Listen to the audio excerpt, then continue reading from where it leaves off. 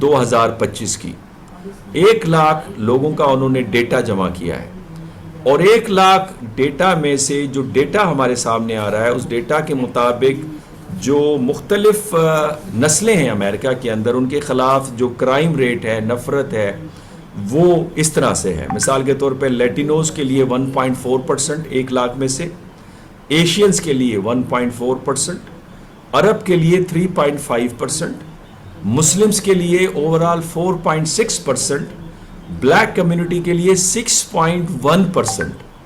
آج بھی black community کو انٹیگریٹڈ نہیں سمجھا جاتا، 6.1%.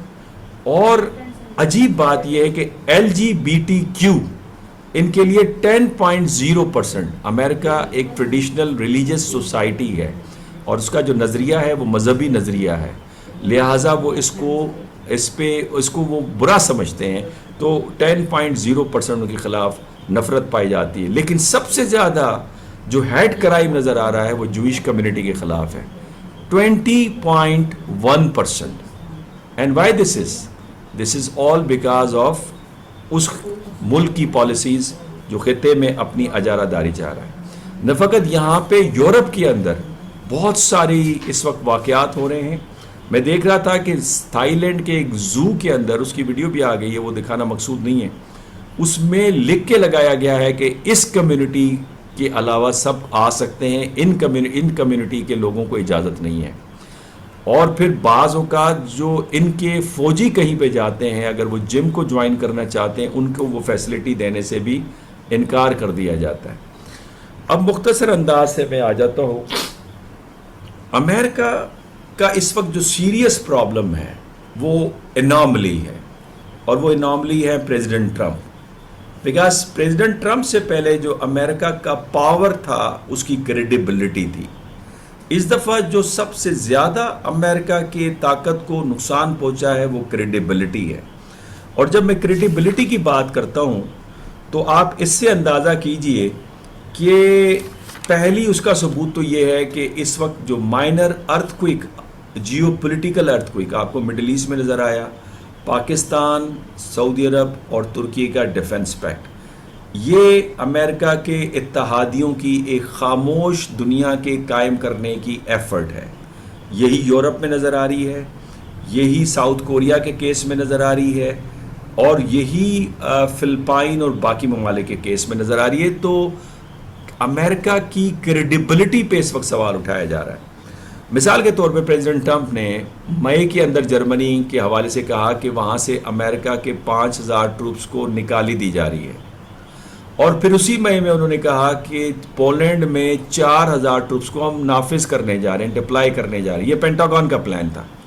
یعنی پریزیڈنٹ ٹرمپ کہتے ہیں ہم نکالی کر رہے ہیں، اور یورپ کے اندر ڈیفنس جو ہماری ڈپلائمنٹ ہے اس میں کٹ پیدا کر رہے ہیں، لیکن پینٹاگون 4000 ٹروپس مزید ڈپلائی کر رہا ہے، جس کے بارے میں پریزیڈنٹ ٹرمپ نے کہا ہم 5000 کرنے جا رہے ہیں.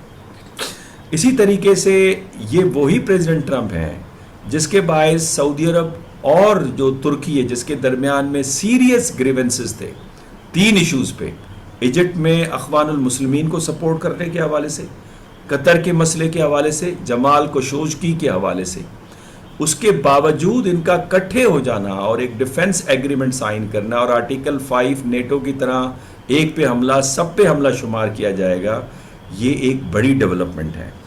پھر اس کے بعد 38 دفعہ انہوں نے جون میں کہا کہ ایران کے ساتھ ہماری جو بات چیت ہے وہ تقریباً مکمل ہوگی اور ایگریمنٹ ہونے کو ہے، اور ایران اسے کنسسٹنٹلی ڈینائی کرتا رہا. تو نتیجہ یہ نکلا کہ یہ پیٹرن پریزیڈنٹ ٹرمپ کا، جس میں وہ فیکٹس اور فکشن دونوں کو مکس کر کے سوشل ٹروتھ میڈیا پہ لگا دیتے ہیں، اس سے کریڈیبلٹی کو جو امریکہ کی 80 سالوں کی محنت کے بعد، بڑی تکلیف کے بعد قائم ہوئی تھی امریکن پاور کی، وہ فشاں فشاں ہو گئی. یورپ کے اندر بھی ہمیں، جس طرح میں نے 5000 ٹروپس کی بات کی، اسی طریقے سے اگر آپ دیکھیں ڈنمارک کو، تو اس وقت ڈنمارک فرینکو اٹیلین ایئر ڈیفنسز کو انہوں نے پریفرنس دی ہے امریکہ کے پیٹرائٹ سسٹم کے بجائے. نہ فقط یہ بلکہ انہوں نے رشیا اور چائنا کے ساتھ بھی ڈیفنس ایگریمنٹ کرنے کی بات کی ہے تاکہ گرین لینڈ کو ہم بچائیں. کینیڈا کینیڈا جو کہ انٹیگریٹڈ ڈیفنس سسٹم کے ساتھ منسلک تھا امریکہ کے ساتھ، مہاکانے نے لاسٹ ایئر اعلان کیا ہم اس سے پیچھے ہٹ رہے ہیں، اور F-35 کی جو پرچیزنگ ہے اس کے بارے میں دوبارہ غور کریں کہ یہ بھی امریکہ سے لیں یا نہ لیں۔ تیسرا، یورپ کے اندر جو یورپین آرمیز ہیں اس کے اوپر ان کی حکومتوں نے ہیویلی انویسٹمنٹ کرنا شروع کر لی ہے، انڈسٹریل کامپلیکسز مرتب کرنا شروع کر دی ہیں تاکہ امریکہ پہ انحصاری ختم ہو۔ ساؤتھ کوریا جو کہ اس وقت دوسرا بڑا ویپن ایکسپورٹ کرتا ہے نیٹو ممالک کو، یعنی امریکہ کو ریپلیس کر رہا ہے، اور یہی ساؤتھ کوریا اس وقت ایئر ڈیفنس سسٹم دے رہا ہے مڈل ایسٹ کو، گلف کو، بیکاز پیٹرائٹ سسٹم کے مقابلے میں وہ بہت سستا ہے۔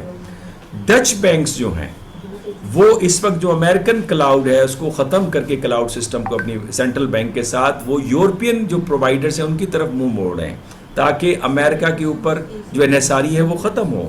اور اسی طریقے سے پاکستان، سعودی عرب اور ترکی کا ڈیفنس پیکٹ نظر آتا ہے۔ ماضی میں ایک آخری مثال دے کر اپنے ویلاگ کو ختم کروں، کیوبن میزائل کرائسس 1962، جس وقت پریزیڈنٹ کینیڈی نے ڈسکور کیا کہ سوویت یونین کیوبا کے اندر اپنے بلسٹک میزائلز امریکہ کے خلاف انسٹال کرنے جا رہا ہے، تو اس نے ریکنائسنس تصاویر لیں اور اپنے اسٹیٹ سیکرٹری ایچیسن کو ڈی گالے اس وقت فرانس کے پریزیڈنٹ تھے اور امریکہ کے سب سے زیادہ تنقید کرنے والے پریزیڈنٹ تھے امریکہ کے اوپر، ان کے پاس بھیجا اور انہوں نے ود اسنیپس بھیجا تاکہ اپنے کیس کو ثابت کیا جائے کہ یہ امریکہ نے ڈسکور کیا ہے۔ تو ڈی گالے نے ان تصاویر کو ہاتھ سے پش کر کے دوسری طرف کیا اور انہوں نے کہا مجھے ان تصاویر اور ثبوت کی ضرورت نہیں ہے، جو امریکن پریزیڈنٹ نے کہا ہے وہی میں سچ مانتا ہوں۔ سوال یہ ہے کہ آج کیا یہ آپ امیجن کر سکتے ہیں کہ پریزیڈنٹ ٹرمپ کی کہی ہوئی بات پہ آپ یقین کریں گے؟ کیا آج کا جو اتحادی ہے وہ امریکہ کے کیے ہوئے وعدوں پہ یقین کریں گے کہ یہ فلفل ہوں گے؟ کیا جو آج امریکہ ایگریمنٹ کسی کے ساتھ کرتا ہے کیا یہ یقین کیا جائے گا کہ یہ ایگریمنٹ اگلے دن بھی سروائیو کرے گا؟ اور کیا اتحادی یہ یقین کر سکتے ہیں کہ امریکہ اپنے ٹروپس بھیج کر ان کو بچائے گا؟ بیکاز پریزیڈنٹ ٹرمپ کبھی کہتے ہیں کہ رشیا کے مقابلے میں وہ یورپ کو ڈیفینڈ کریں گے اور کبھی کہتے ہیں کہ رشیا اگر حملہ کرتا ہے تو ہم ڈیفینڈ نہیں کریں گے۔ کس بات پہ اعتبار کیا جائے؟ تھریٹ ایکسٹریکٹ کرتے ہیں کنسیشن، دوبارہ دیتے ہیں تھریٹ۔ تو آج کی امریکہ کی جو کریڈیبلٹی ہے which is the central point of American power, وہ متاثر ہو کے رہ گئی۔ اپنے کمنٹ سے نوازیے گا۔ اجازت دیجیے، اللہ